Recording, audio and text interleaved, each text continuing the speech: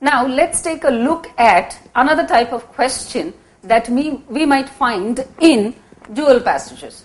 Sometimes the dual passages would ask you a question that would require you to summarize both the passages and establish whether there is a similarity or if there is a contrast. Now, if you take a look at this, now just to reiterate, this particular passage, we are talking about our bodily senses and the fact that these bodily senses are unrecognized and unlauded, and sometimes in normal situations these do not exist for normal people. In this case, we are talking about knowing something, and the knowledge of doing something by knowing something is wrong, and doing something by not knowing that whatever we are doing is wrong. Now, the question, if you take a look at, it says, the authors of both passages would most likely agree that the authors of both passages most likely agree that. What is the focus of the question? What does the question want us to do? The question wants to see if we have established the kind of similar connect that is being asked here. So, even if we feel that here, whatever the passage is talking about 5 senses, here we are talking about morals or knowledge or awareness of right and wrong, what is the connection? Even if we think along those lines, if you pay attention to the question, it says the authors would most likely agree that, which means automatically it is suggesting that there is an element of similarity between both the passages. Now, given the fact that there is an element of similarity in both the passages, is it possible for us to look in a particular place for establishing that element of similarity?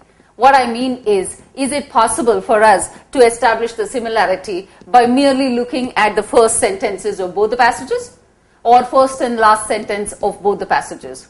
Now, some shortcuts do recommend that first sentence, last sentence is quite possible in terms of interpretation to analyze whether it is an similarity or contrast. But many a time we see that the similarity could be in an individual point, or the contrast need not be the entire passage as a contrast, but the contrast could be one singular point that is being mentioned.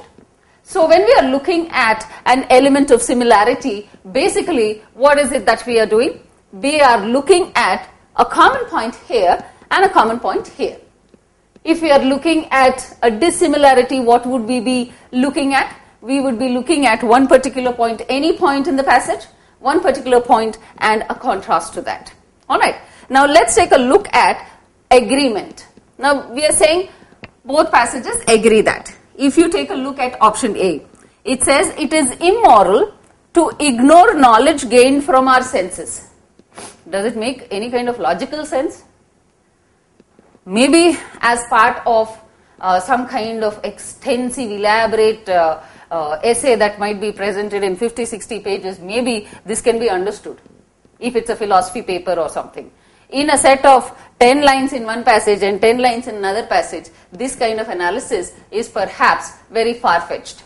So, if you say it is and, even if you look at the logic part of it, it says it is immoral to ignore knowledge. Yeah, maybe at some level you can say, yeah, it is immoral to ignore knowledge. That's fine. But gain from our senses? See how cleverly the answer option is framed. It is taking the knowledge part from the second passage and it's taking the senses part from the first passage. Now these two elements are different elements. They are not the similar elements. Because they are not similar elements and because they are different elements, how can we make this connection and say it is immoral? Immoral can be justified by only wrongdoing. That is not mentioned here. So therefore, this seemingly appears to summarize both the things, but it is very far-fetched in one and it is incorrect given the contents of the passage. So we can safely ignore this answer. Second option. Emotions often interfere with rational thought. All of us know that as a fact. Some of us might agree with the fact saying, yes, when people are emotional, then their thinking becomes skewed. It is a kind of truth that is very evident, but is it evident in the passage? Is that what the passage wants? Is the first passage talking about emotions anywhere? Maybe it is. I have just given a few lines. Maybe it is talking about emotions. But if you take the lines that are given here, there is no mention at all of emotions. Is there any mention of emotions here? It's talking about, in one sense, knowledge means. That is not emotion at all. Neither does this one mean senses as in bodily senses or as in five senses here. Alright. So words can be played with to give difference in meaning. So therefore, emotions often interfere with rational thought. Perfectly alright as a generalized statement, but not alright in terms of finding a similarity between both these passages. So this can be eliminated. Now, next one. Certain kinds of ignorance are essential to human survival. That means we have to be ignorant?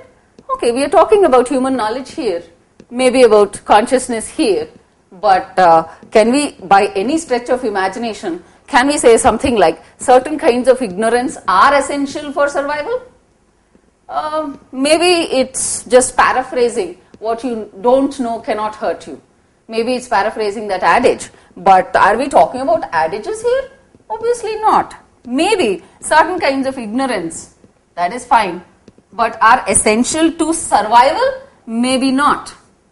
Too very generalized. Even if you take that too very generalized factor and put it aside, what is to be considered here is ignorance being discussed here? Ignorance is not being discussed here. Ignorance is different from ignoring something. When you ignore something, you are consciously making a decision to not pay attention. But ignorance is not knowing anything about it at all. For example, I am ignorant about nanotechnology, but I cannot ignore the presence of nanotechnology in every facet of life.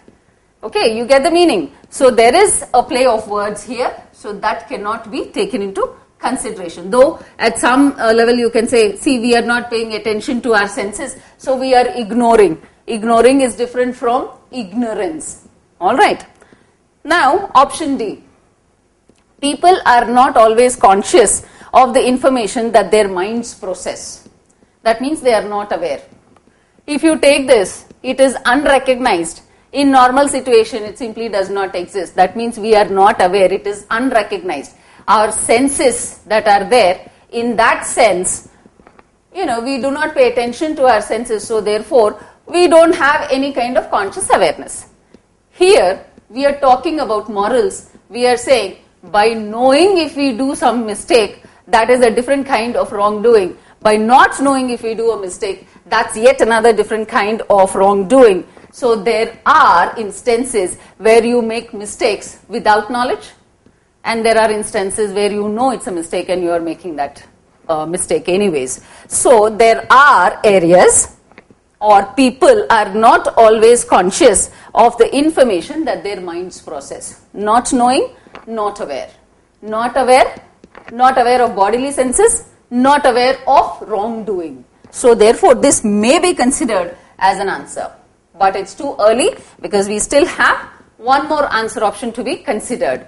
Now, if you take option E, moral knowledge is gained directly through the physical senses. That would be interesting. If you say moral knowledge is gained directly through physical senses, that means whatever morals we have should be related only through physical senses. That means blind person will not have certain morals, a deaf person will not have other set of morals, and so on and so forth. So you see how illogical that sounds when I put it that way. So obviously this is also incorrect. So that leaves us with the common point that there are instances that we are aware of and there are instances that we are not aware of. So therefore option D is something that efficiently summarizes both the passages, or rather it tells us of the common thread that runs through both the passages of doing something by not being aware or not being aware at all of some existence of some senses. Alright, so and a question that tests you on this kind of thing where you are asked to find a similarity or a dissimilarity, please remember that the similarity or dissimilarity would be related to one particular point perhaps, and if it is related to one particular point, then it is imperative that you find that point before you zero in on one particular answer definitively as an answer. But before you start searching randomly without knowing what you are searching for, go through the answer options, because by the time you have come to this type of question, you already know what the passages are all about. So just go through the answer options, eliminate them on the basis of whatever is very, very generalized, and then keep one or two answers that you think are debatable, and then cross-check, because then it's easier to pinpoint the location of a particular idea and then say this is there here in passage 1 and this is here in passage 2. Therefore, there's a disconnect, or that therefore there is a similarity. Now, I hope you can utilize these strategies or this kind of elimination technique that is presented here, and I hope it helps you in tackling dual passages a little bit more efficiently than you were doing so far.